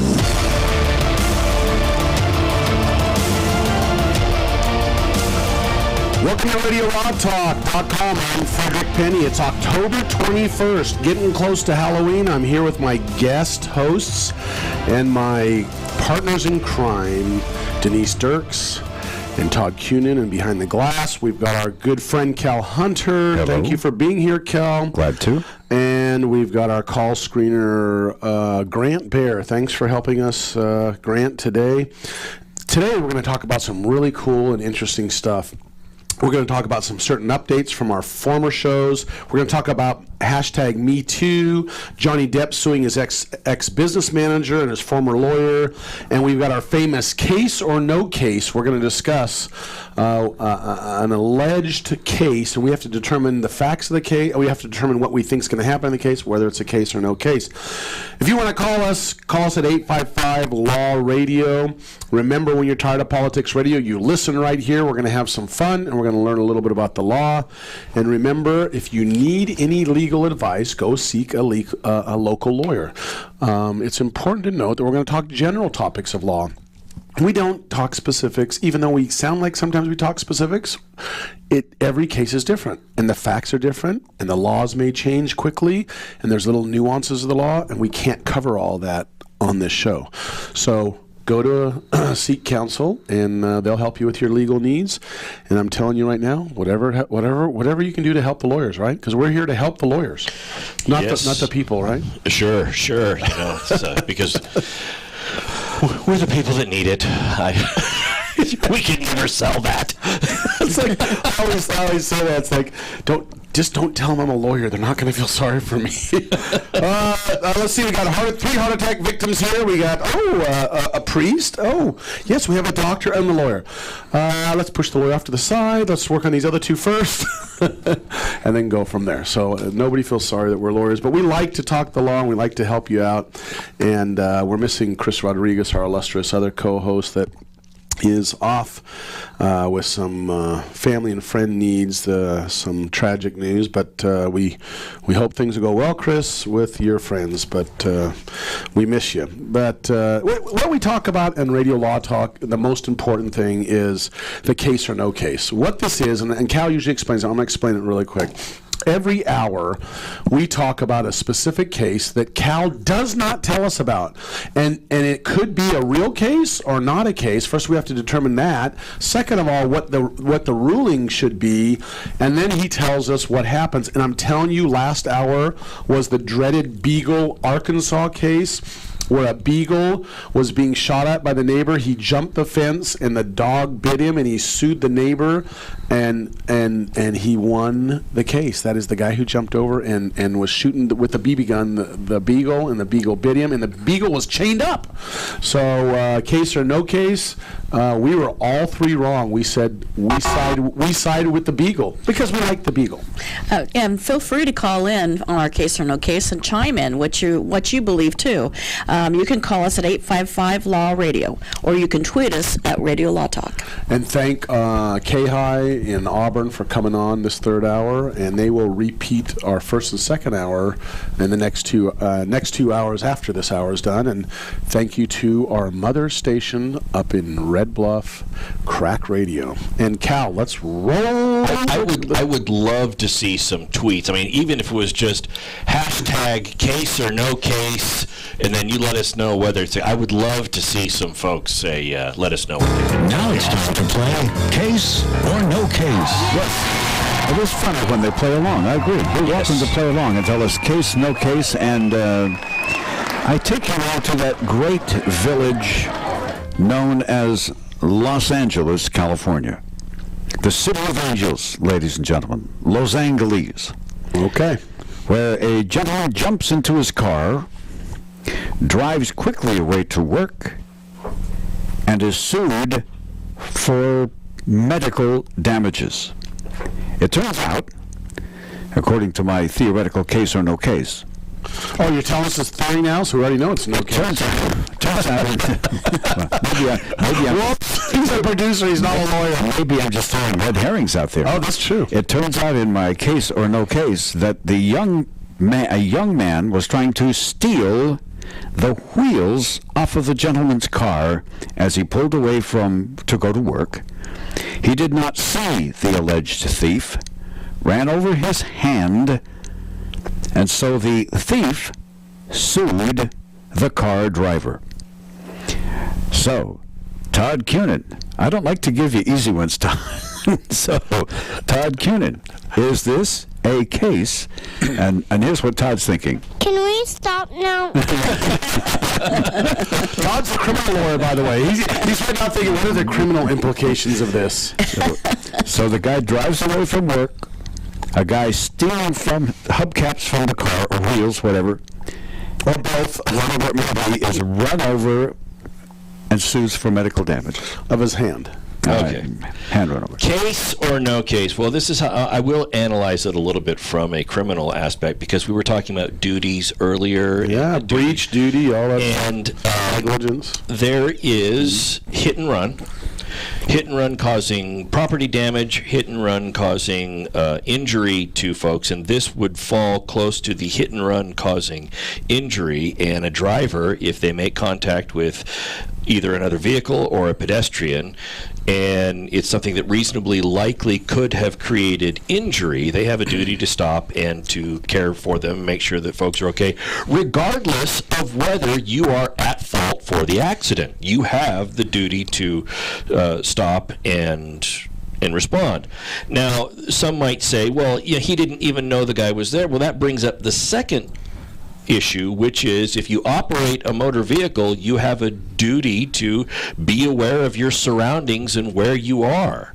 And so, I would say under this that an individual, that there is going to be a case, and as much as I don't like theft, I'm going to guess that the thief recovered.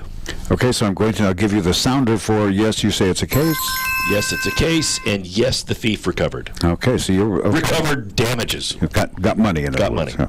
Denise Dirks. I'm going to say that it depends on the state. We're talking California, that there is definitely comparative negligence here, that the thief is probably the one that has the greater percentage of negligence because he was in an area of the car where it was foreseeable for him to perhaps get run over, and that's exactly what happened. The driver did not see him, so is there a duty to someone that you don't see? Don't know the answer to that, but it could be that no. And it certainly would not be a crime, in my opinion, about the driver, because if you don't know that you have hit somebody, then you can't, and you flee the scene. You're not fleeing, really, because you don't know you've even done the damage. So it's not going to be a criminal matter for the driver. But is it a case where the alleged thief can recover medical bills for having his hand run over? So first is it a case? Yeah. I'm going to say no. So he's faking it. It's not a real case. So, Yeah. So here's the sound for no case. All right, Denise says no case. Now, Fred Penny, we've got less than a minute. I know you do. And we won't give the answer till after the break. But Right, and I'm not going to get through this in a minute, but I'm going to start because Okay. I'm going to talk. Okay, so it depends what state you're in, whether or not it's a contributory or a comparative negligence state. A lot of it's all fact-based. The first issue I got to know is, number one, was it at night? Number two, is this an area that's a pretty bad area? I'm assuming it's a bad area if they're jacking up the car and taking the things off, taking the wheels off. Where they did, was the car jacked up? Or not? If the car's jacked up, he's getting, there's a jack on the back, I'm just going to kind of pull it out of here. It just depends on a lot of those issues. So I'm going to talk a little bit more about comparative and contributory negligence, and I'm going to talk about what I think, and I think I have the answer on this case. We're going to be right back after the break with Todd, Denise, and Fred, and Cal behind the glass. Yep, the answer to case or no case coming up right here on RadioLawTalk.com. Go to the website, RadioLawTalk.com. You can listen to the show there, and there's a lot of other good information too. That's RadioLawTalk.com. Okay, we're back talking about case or no case, and it's my turn to discuss whether or not there's a case with the individual that supposedly was injured while trying to steal a hubcap / wheel off a person when he drove away. And again, in California, it's a comparative negligence state. Other ones are contributory negligence state. I'm going to assume California for now, even though, by the way, starting next week, we got exciting things going on. We're going to have 5 new Nevada radio stations joining us next week. But Radio Law Talk is booming and moving forward. So those of you who enjoy it, you're the firsties. You're the firsties to join it before it gets really big. So comparative negligence means it is, if you're 10% at fault, you pay 10% of whatever the damages are. So say it's a $100,000 case, you still pay $10,000. In a comparative negligence state, if you're found 51% at fault, in a contributory. Yeah, contributory. I'm sorry, in contributory, then you have to pay pretty much the whole thing as a defendant. But if you're found 49% at fault and 51% was the person that was trying to steal the hubcap, then you don't have to pay anything. So I'm going to assume it's comparative negligence state. So I'm going to say, let's assume the facts that the guy knew that something was going on. He had to somehow know something's going on. Either the car was jacked up, he heard something. I think what happened in this case, and I'm going to say yes, it was a real case, first of all. So yes, it was a real case, Cal. Second of all, he probably saw the guy doing it and knew he was doing it, and he was ticked off, and so he got in his car and took off on purpose, ran his hand over, and he's going to be held at fault, but comparatively at fault, and he's going to win the case because I think the facts are going to show, and again, we're just taking a guess here, he knew the guy was there stealing the part of the car or the hubcaps, and therefore he's liable for the hand injury. Now, let's put in one more element that I want each of you to think about. Supposing it was the thief that didn't realize somebody was getting in the car and pulling away as he was trying to steal the wheel, how would that change your view as to whether this was a case or no case? Wait, if the thief did not realize somebody was getting in the car to pull away?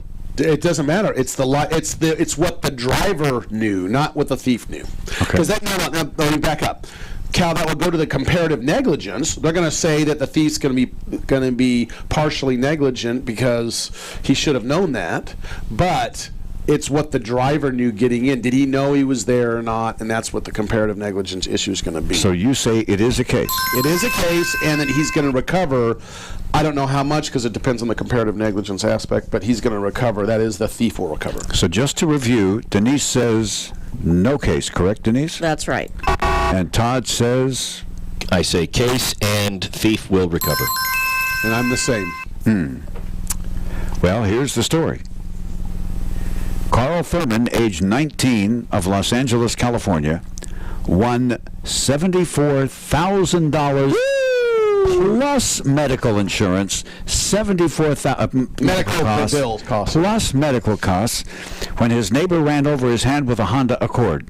His neighbor. Yes. Of course, the neighbor knew he was probably stealing Mr. it. Truman, according to the court case, did not notice there was someone at the wheel of the car when he was trying to steal the hubcaps, and nonetheless walked away with a $75,000 payday, and they say crime doesn't pay. I don't know I don't know that he didn't know the guy was there. Maybe he knew the guy was stealing stuff from him all the time. I just don't know that. What he's saying is that the 19-year-old did not know that the driver had gotten in the car. I know that, but did the driver of the car know the 19-year-old was there? I don't know. Well, my guess is... Being a neighbor, though, that makes it a Here's more of a the duty. thing. I mean, I would say that in all likelihood, okay, whether you're stealing a car or not, whatever you do, once the car rolls over your hand, with your free hand, you're probably banging on the car to tell the guy to get off, to move. Or they do that. And so you're probably doing something at that point in time. They could be arguing that the driver would have been on notice that he was there and he had a duty to stop. Well, by the time he runs his hand over, it's too late. Well, not for criminal liability. Oh, for criminal liability, okay. and for criminal liability, which could get you restitution for the medical expenses, he would have had a duty to stop. But Fred, you had mentioned something interesting. Maybe he was ticked off, and that's why he drove away. A lot of people drive away because they're afraid. Why would you want to stop and help the thief that was doing that? Because what if they're armed? What if they're it's a safety thing. You want to get away.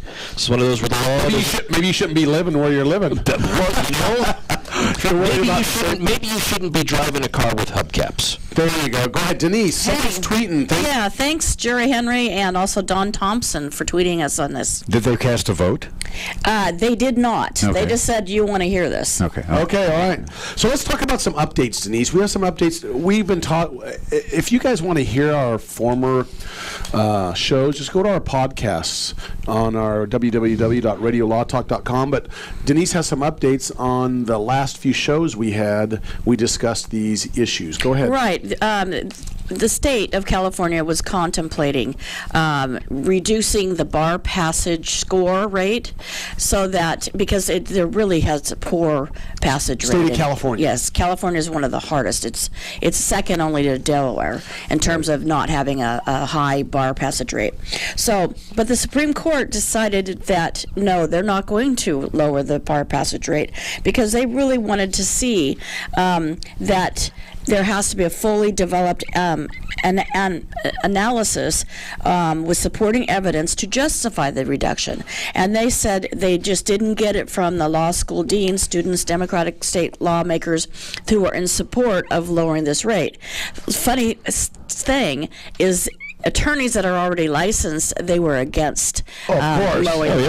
Yeah. Hey, we're in. Let's shut the door. That's right. Yeah. That's what I did. I'm in. I passed. Let's shut that door. So the bar passage rate, pass score of 1440 remains in place. Wow. And then the other thing that's an Hold on. Well, but here, I want to comment about that really quick. Yeah. So what happened originally was the bar examiners are in charge. The state bar is in charge. What happened originally is there were so many complaints about the pass rate was so low, the Supreme Court of the state of California stepped in and said, wait, we're going to look at this and determine whether or not this is proper. And now Denise just laid out. They said, well, okay, we're going to leave it the way it is. So we'll be back after the break. We'll talk more about this and Johnny Depp, and we'll talk about Me Too. This is RadioLawTalk.com.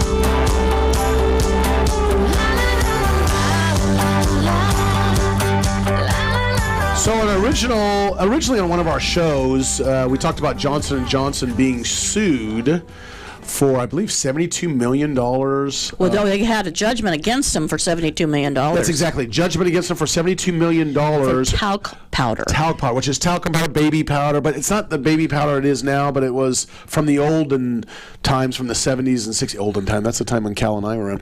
But from earlier talcum powders that would cause ovarian cancer. Is that correct? Well, they were trying to make the link between the daily use of talc powder. And they won. And the plaintiffs won. It was a class action. Well, the Missouri Appeals Court on Tuesday tossed the jury's finding. And wow. And it's really kind of a sad situation because there was a California woman. Her name was Jacqueline Fox, who is now deceased, but she was a part of that class action, and it was in Missouri. Was it under her name or one of the other names? But I can't remember. Under the estate of her. Okay. And what happened is that the 3-judge panel of the Missouri Court of Appeals overturned it and said, hey, you can't have a California plaintiff in the Missouri court. There's no jurisdiction, no in personam jurisdiction over her. So they threw it out. The sad part is, if it stays out, she probably cannot recover anything because in California the statute of limitations is probably already ran. Yeah. So what it comes down to, it was a technicality it was thrown out on. Right. Wow, $72 million thrown out of technicality. But, of course, they've got the Supreme Court. They can take up the Missouri Supreme Court. That's the only one that's going to be able to do it, the Missouri Supreme Court, because they did not remand. They did not remand this case. Which means throwing it back to the to the trial judge. So a lot of plaintiffs are suffering as a result of there being, quote unquote, an improper plaintiff in a class action suit. Interesting. Well, let's talk about Me Too. I really don't know much about Me Too, but I know, Todd, you know a little bit more about it than I do, and so does Denise here. And there's these lawsuit issues about Me Too. Was there a lawsuit? What tell me what happened. Tell me what happened. No, it really involves free speech rights, right? Mainly, and communicating the public's unacceptance of sexual harassment or harassment in general. Sexual assault specifically. Yes, thank you. And in the news, and specifically against women. That's right. And in the news, you can't turn on the news without seeing the issues of sexual assault come up.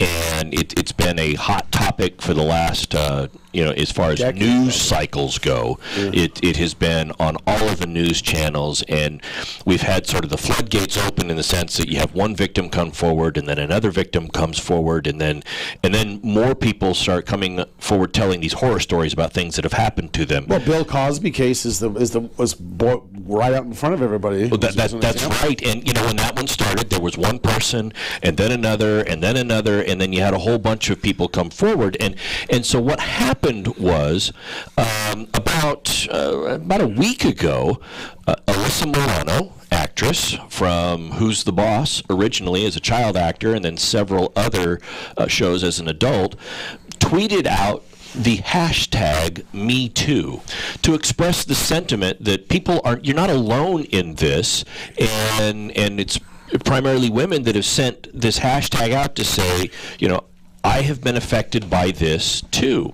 And one of the things that we wanted to point out here was that while Alyssa Milano is getting the credit for the recent tweeting of that out with the hashtag #MeToo, the, quote, Me Too movement is actually about 14 years old, was started by a woman named Tarana Burke. And she's an incredible woman. She worked as a social worker, and in Alabama, way back in the early 2000s, she tells this story where she was working at a youth camp, and there was a girl there, and the girl came to her and sort of clung on to her and told her about, she's only 13 years old, this girl was, and opened up to her about how she was the survival of a sexual assault incident. And the problem that Burke had was that although she wanted to help people, she wasn't ready. She says, this is a quote for her, I wasn't ready.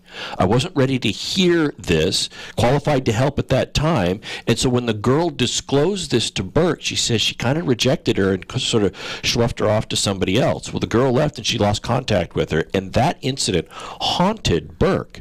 And she says, she says, I felt guilt, and I asked myself, why couldn't I just say, Me Too? And when that phrase kept coming back to her, that's when she decided that's the name of the movement, Me Too. And since then, she started, this is way back in the day, she started a MySpace page, and then she's gotten grants in the name of the Me Too organization. She spoke in 2014 and other times, but I have one here where she spoke against the March Against Rape Culture in Philadelphia in 2014. And her concern right now is, as much as she likes the publicity and the awareness, publicity is not a good word, she likes the awareness that's been raised by this hashtag. The concern is that the hashtag and celebrity nature and Twitter nature of it will overshadow the decade-plus years of work that she has been putting in and where the movement has come up to now. So it's a little bit of... So how many followers are Me Too? I mean, I guess, Grant, you're the tech guy back there behind it. How many... Go to hashtag Me Too. Can you tell how many followers they have? Well, I don't know you can't. The way a hashtag works the way a hashtag works in Twitter is if somebody tweets something and they include a hashtag, well, then you can go ahead and search for that hashtag and look at all of the tweets that have come up with that. They don't identify it by follower, but it's by the number of tweets. But there for, I mean, It's a big movement. It is taking like wildfire right now as far as that movement is concerned, and it's in the news, and everyone knows that Me Too is in reference to awareness about sexual assault and sexual assault victims. And again, it was brought to the forefront in the last week or so by the tweet from Alyssa Milano, and after she tweeted that out, it really took off. It really took off. And it raises a couple of issues about freedom of speech. Anytime that you have, take the NFL for example, right now. Right. There's a big issue. There's a protest going on. So the question is, the protest in the NFL. Is it private? Private employer tell their employees that they cannot engage in this certain type activities. Of behavior, and so the question here about Me Too is, and hopefully it hasn't reached this to where an employer is telling the employees, you cannot tweet this out, you cannot become involved in this type of an activity or anything like that. But there is the question about free speech rights and how it might impact be impacted by a private place of employment, an employer not wanting somebody to be involved in that because of any negative connotation it might have on their business. And that's let me interrupt there. But other than the government, a private employer may be able to, in many circumstances, tell you what you can or can't do when it comes to, okay, I want to protest this or that. Great, on your own time, but you can't do it during our time. That's right. And the thing to keep in mind, and this is something that you see people miss out a lot when it comes to free speech, and I want to be clear for anyone listening right now. Right now, I'm not talking specifically about Me Too, because quite frankly, I can't imagine any employer telling somebody that they couldn't speak about Me Too. That would just be ridiculous. Right. But, like Colin Kaepernick, though, when you talk about the other protests that are going on, the right to free speech is a constitutional right that protects you from having the government or a governmental entity stepping in and saying, you can't say that, you can't do that. It has no applicability to a private entity like, at least at this time they're saying. It has no applicability to a private entity going to you and saying, you can't say that when you're here at work. Right. You can't say that. A private entity can do that. That's right. They are not the government. And so, generally speaking, again, this is general. Generally, let's be careful. There might be an exception here or there, but that's generally speaking. Generally speaking, they can't. The rights under the Constitution all exist to protect people, have certain rights to protect people from the government encroaching on your ability to speak, bear arms, do whatever. So the Me Too, how does that apply, though? That's what I mean. How does this work? Well, like President Trump couldn't say, you can't do #MeToo. Right, that's exactly because right. that would be the government saying you can't have free speech. Or if you work for the government and the government says you can't do that, I think that's an issue too. That gets to be if you're a public employee and you work for an elected official, the elected official arguably is going to have restrictions to come in and say you can't do this. Right. But we're going to talk more about this right after the break, because we're coming up on our last break here. We'll talk more about Me Too and your rights under the First Amendment. Don't go away. You're listening to Radio Law Talk. Show me the money. That's what Radio Law Talk's about, is show me the money. Todd's so overpaid. I don't know why he needs to work any more than just sitting here and talking on the radio. And Denise, I need to ask you for a raise. That's right. I will give you. I'll double your salary. Ladies and gentlemen, today is opposite day here on Radio Law Talk, where everything Fred says is the opposite of what it actually is. Cal, you get a raise. The money. Wait, you go for 9 cents an hour. Wait a minute. A raise from. It's not possible, Fred. I don't think you could. It's just not possible. I can raise 0 to 0. Mathematically speaking, a vacuum in a vacuum. Now we got tweets from lawyers tweeting in going, I do employment law, and you could actually give me a call, Cal and Todd and Denise. Yeah, right. So we're talking about hashtag Me Too, Todd. Yes. And once you continue, and there's some really interesting issues here as we kind of start rolling into hashtag Me Too. And again, we're not talking politics. We're not talking politics radio here. We're talking general law. But this is about freedom of speech. That's right, and it addresses the issue of sexual assault. And I think the first thing we should do is define sexual assault, because people hear that and there can be a lot of different connotations. A lot of people commonly conflate sexual assault with sexual harassment.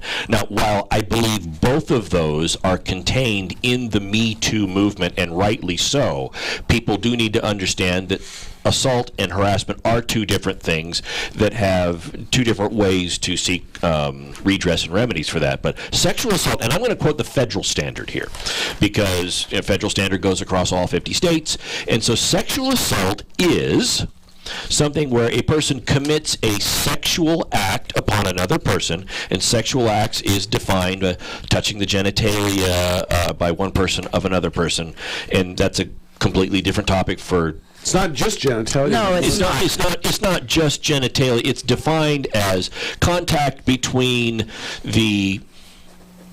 I'll just say generally, genitalia and the mouth of another person for purposes of this paragraph, penetration, however slight, touching with another body part. That is technically sexual assault. It does have to involve touching of the genitalia for that purpose, by threatening or placing the person in fear. So the touching has occurred by threatening somebody.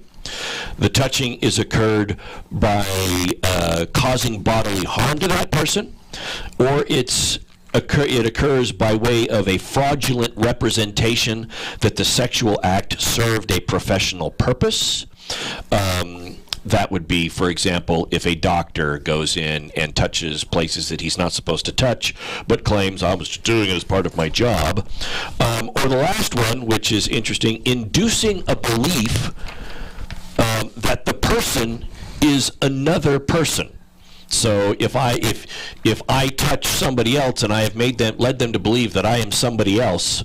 Oh, like it's dark. I'm your husband. Yes, and something like that. So that is all okay. under the federal standard sexual assault. Now, sexual harassment different is a situation where you're in the workplace or somewhere else where you're making jokes, things that you say, you talk about things of a sexual nature. It is shy of actually touching somebody. And the reason it's important to understand that distinction is for folks to understand that you can't just say, as long as I don't physically touch somebody, I'm okay. You're not.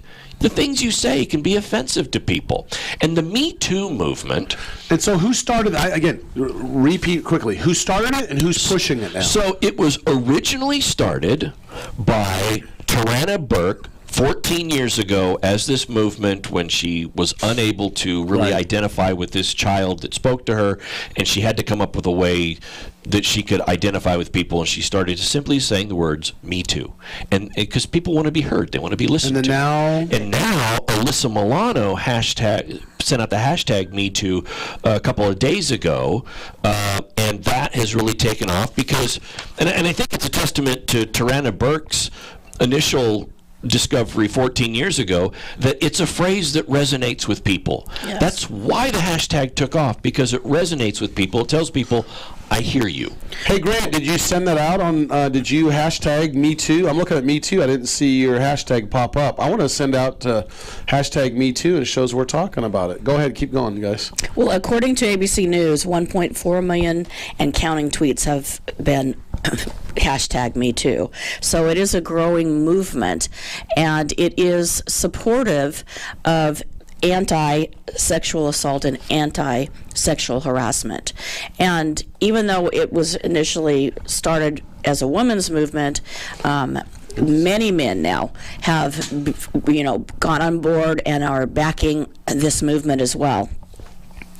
And I think that's really important to note, because this isn't just a women's movement anymore. Well, and the reason why that's important, in my opinion, is that sadly enough, when you look at the statistics, sexual harassment and sexual assault, by and large, is a crime and an act that is committed primarily with a male as a perpetrator and a female as the recipient of the unwanted touching or unwanted harassment. That's what it used to be. Yeah. And that has historically been pervasive. And quite frankly, and the movement, I think, looks at this until the male population starts to identify and realize this is something that needs to occur and something that needs to be addressed and remedied.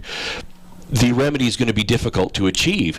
Everybody needs to focus on it. It can't just be one gender focusing on it. Everybody needs to focus on it. Right. It's like back in the 60s and 70s, finally people started to focus on child abuse.